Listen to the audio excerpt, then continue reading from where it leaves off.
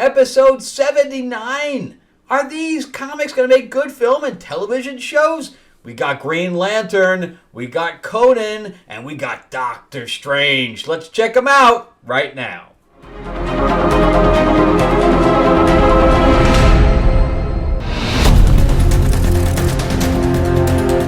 Thank you guys so much for coming back to the channel, spending time with me as I rant about comics and television shows and movies, as well as board games. And I am your host, Frank Zanca. I'm an award-winning screenwriter, novelist, and comic book writer. So remember to give me a thumbs up, and if you can subscribe to the channel, please do if you like my rants. And yeah, we're just going to jump right in and talk about this. Before we do also, remember that if you'd like to see something that I've written, of course, I am on Amazon. You can just search by Frank Zanca and you see all my work, including graphic novels and etc. And we do have a graphic novel right now on Fund My Comic. In the link below, you'll see, or in the description below, you'll see the link. And yeah, I'm signing them, and you'll be able to get issue 1 and issue 2 of Lords of LA, my vampire mob set in 1950s Hollywood. And I'll talk a little bit more about that when we finish up the episode. All right, so let's jump right into Green Lantern by my buddy Jeremy Adams, who does a great job. He's a tremendous talent, but don't think that's going to be going to save him from any kind of criticism that I have for the book. So there's some odd stuff going on with the Green Lantern rings here. So he created, meaning Hal Jordan, created a ring out of pure will, which he does answer in here finally. So we finally get some kind of an answer on that. He and Carol Ferris are still, playing taunting with each other over their romantic relationship. Hal is going after her, and she doesn't want to be bothered with him anymore because he's hurt. He's hurt her too many times at this point. And then Sinestro, came in and he said that the power batteries were getting attacked, and he wanted Hal's ring, but since Hal's ring was constructed by will, it just wouldn't work for him. So he tried to create fear in general, and that I don't know if that really worked out too well. Instead, he got rage, so he has a red ring right now. And then there's the United Planets that have taken over for the heads of Oa, so the Guardians. That's everything that's happened up to this point, and Hal cannot leave Earth because his ring keeps failing once he goes beyond the atmosphere. So he went and saw Madame Xanadu, who told him to search in a particular area, which he's doing now. So he goes into this cavern, and again, his whole thing is that he's trying to find a way off Earth. And he finds this whole underground world in this cavern. He bumps into someone that he knows. And the guy's like, yeah, I fell down into this hole, and I've been here ever since. And, I left my family behind. I find that very, very strange that the guy's been down there for who knows how long. Left his family, didn't even think about his family, is waiting for a Green Lantern just to show up. I mean, I can see that if he found the place and then he left, went back to his family, but then was called back because he knew Hal was coming, well, that would make more sense. But, I mean, the artwork's really decent in here, but I'm just not buying that this guy has just left his family just to hang out in this underground thing without any food, no water, no communication, no nothing, just waiting for a Green Lantern to show up. And he's like, yeah, I have to show you something. So he goes, he has the supernatural powers going on, and he ends up revealing that there's a power battery here, and that's why he was able to construct his ring within proximity. However, he then constructs himself, I don't know if he doesn't really construct a new ring. There's a whole set of rings that pops up, and he takes one of them, and then he powers it up. And I do like this, where we finally get to see, the vow. We barely ever get to see that anymore. In brightest day, in blackest night, no evil shall escape my sight. those who worship evil's might, beware my power, Green Lantern's light. That's the Green Lantern vow. In case you were wondering, I didn't make that up. But here's the thing. He's like, meanwhile, the dude is like, okay, you're here, bye. And he just walks away. He literally just walks out. So I can't imagine him being there the entire time. He just walks out. I mean, don't fly me out, don't nothing. So to me, that makes me think that he's been in and out of this place continuously. He hasn't been stuck down there that whole day. That's just weird. So Hal's like, all right, finally, I have a real ring. And he flies out. And he flies into space, which that's actually a beautiful page right there. And he goes into warp. But then, as he leaves, like, the solar system there, he ends up just bumping into, because he's on his way to Oa, he just bumps into this battle where the United Planets people, which he had just fought or whatever else, who left him there, they can change their color at will, which I really hope that he eventually answers that question, because that's very strange too. And so we get this battle going on where he ends up going back onto the planet, and there's a tank there, and I don't even know her name, from the Null Sector or whatever sector, comes out. I guess her name is Joe. That's what he says right there. So I'm not really a fan of that character. I don't know the character at all. So it's just like, for me, it's just whatever. I would have rather it been, Jon Stewart or Guy Gardner or whatever, rather than this new character. Then we get a backup story of Jessica. Jessica would have been a good, fit for that too.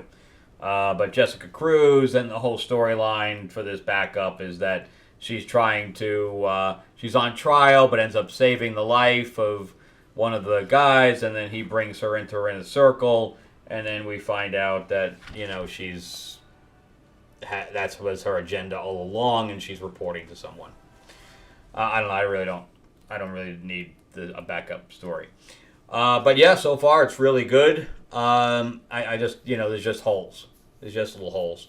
And, I'm waiting to see what the answer is for, why there's, these group of people that can just change their things at will. And of course, throughout the early stories, he was creating constructs that were looked like humans and were like living things, I should say, because one of them is Kilowog. So I guess we'll find out how this all comes together, I guess, shortly, because we're on issue 9 already, and I'm sure the storyline will probably end at 12. So, but yeah, I would love to see another Green Lantern movie. Of course, the last Green Lantern movie, Jeff Johns just dropped the ball on that completely, without making Sinestro one of the villains. He made the villain this nebulous thing, and that it just didn't work. All right, let's jump into Doctor Strange, because I love the cover on this, and I thought he was creating, a new Defenders here, which is why I ended up picking the book up. I really like the team he put together. The artwork is not my style. It's like a cell of a cartoon. That's what it looks like. So anyway, and once I found out what the basis of the story was, I was like, really? We've seen this 10 million times, man. And this is Jed MacKay writing this. So, because I originally was collecting it because I liked the whole Clea story where she was, the Sorcerer Supreme. And I liked them together. But the story just dropped off the face of the earth on me, and so I stopped. And now I picked it back up because I liked what I saw on the cover, but I'm dropping it again. So the storyline is that they're playing D&D, and D&D is infecting the land. So, yeah, we've seen this a million times over. For some reason, he drops Clea completely, and says she can't even come on the mission, which I really dislike. They could have made her a paladin or something. I don't know. But instead, he goes to Black Cat because she's a thief. Because he has to put together a party, like a D&D party.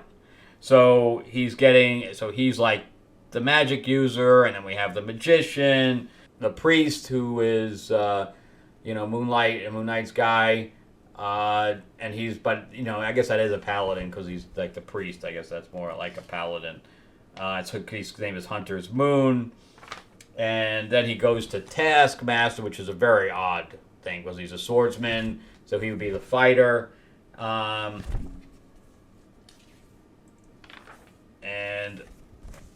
then when he brings them all back, Clea's like, so what am I doing? And he's like, no, there's only 4. Well, why? Why can't it be 5? You mean you're already making a pretty big party, so why not 5? So when they go through the portal there or whatever, they all turn into D&D characters. And they go fight monsters as they're, traveling through the enchanted forest, the whole bit. I really don't think that the designs that were used for their new costumes, I really don't like them either. I think they could have been a lot cooler. Why is Black Cat purple?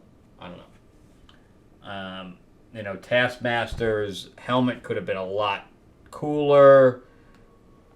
I don't know. I'm not sold on any of this. So there's a whole bunch of, creatures again still attacking them as they're going, and that's really all this is. And then they finally reach the household where the D&D thing is like, look at Taskmaster's costume there. It's like it could have been a lot cooler.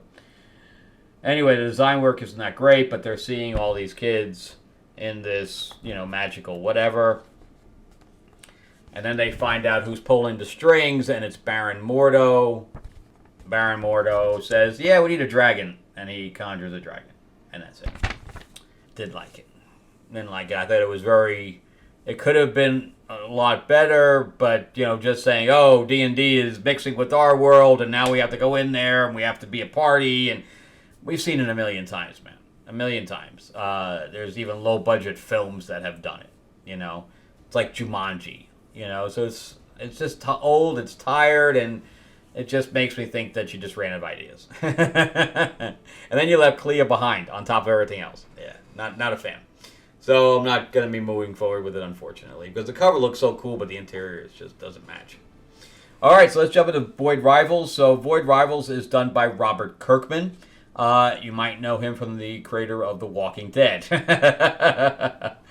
So he came up with this energon universe where we have Void Rivals, which originally started as Enemy Mine, where you had 2 aliens that were fighting against one another, land on this planet where then they have to work together, but then they realize that even though they've been warring for centuries, they had helmets on, so they didn't know what each other looked like. When they took each other's helmets off, they realized they were the same species. One just has a different color gem in their head than the other.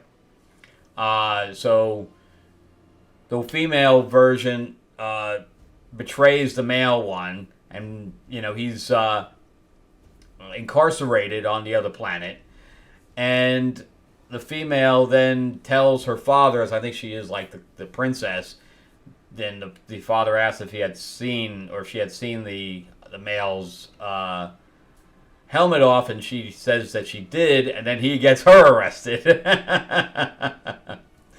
So the male, even though she betrayed him, says, I'm not going to leave. So there's a revolution group that gets, like a rebel force group that gets him out of jail, and he says, I'm not leaving without her.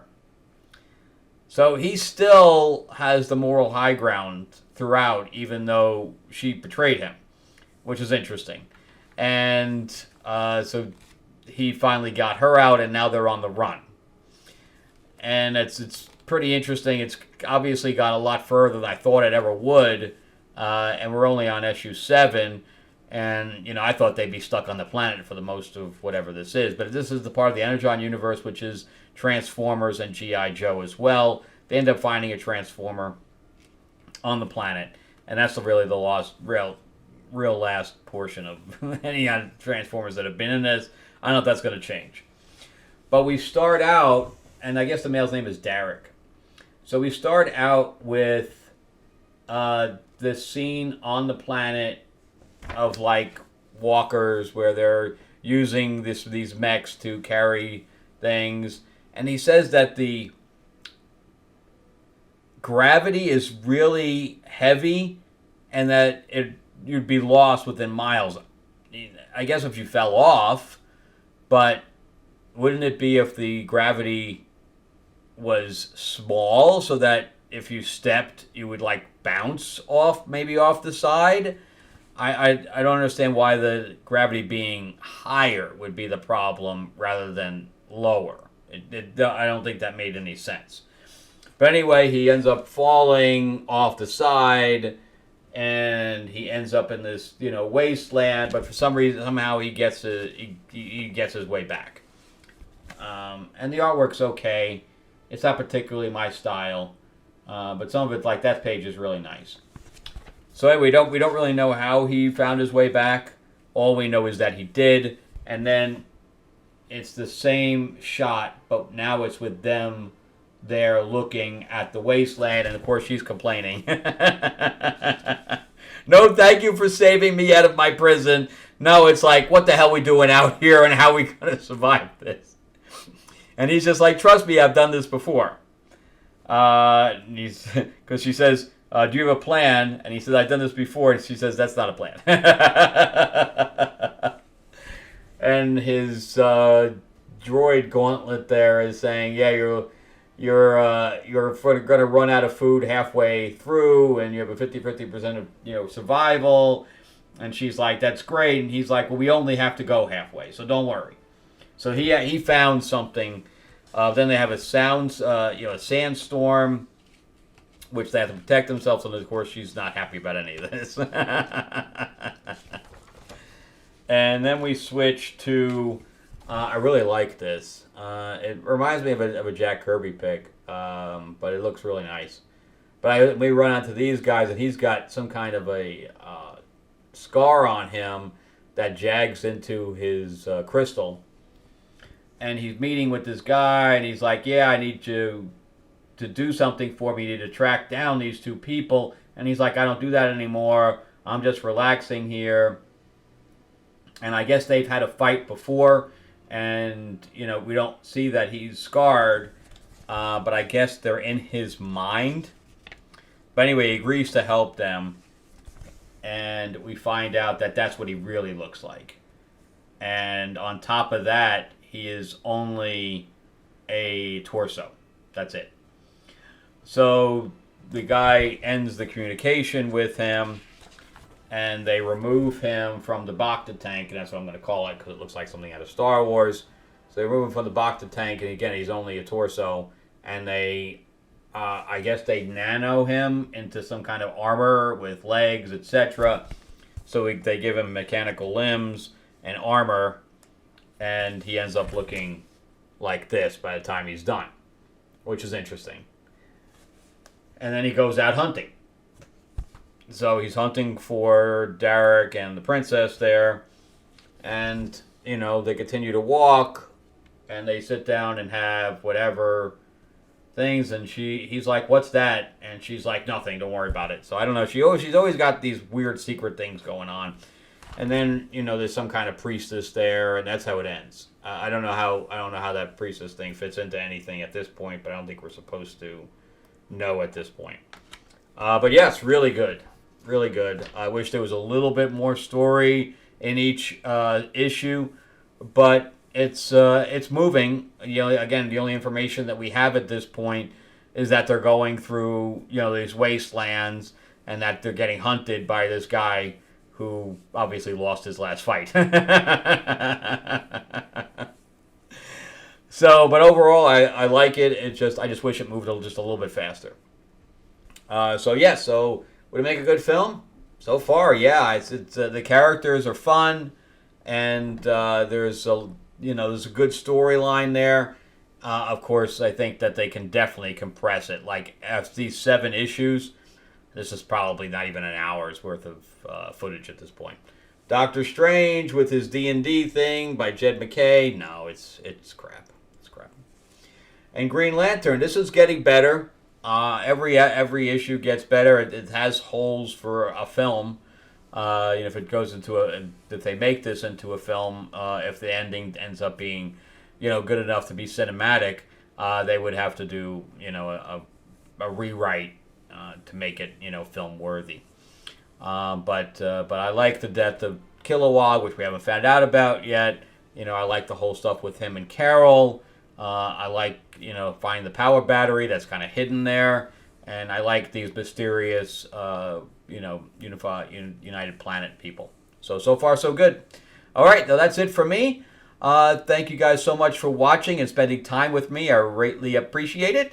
And if you can give me a thumbs up or the middle finger, that would be amazing too. And if you can subscribe, please do, because it's free. If you haven't subscribed, do it now. Click the little bell and get notified when I put out new things, because I do at least three of comic reviews per week and 1 or 2 movie/television reviews per week as well. Also, remember that Lords of LA is on Fund My Comic. The description below has the link if you can help me out with that. We only have about 7 or 8 pages left out of 48, so we're getting close to being done. And check out some of my other videos as well. And then I just got back from Gamma, and Mark Spears, who does cover art for Spawn and Spider-Man and Power Rangers, etc. He and I are working on a card game based on classic monsters called Myth Lords. It is a deck builder area control, and we are doing play testing, etc. right now. But yeah, I'm going to be launching that within the next couple of months. All right, again, thanks for watching. Check out some of my other videos, and I will see you on the next one.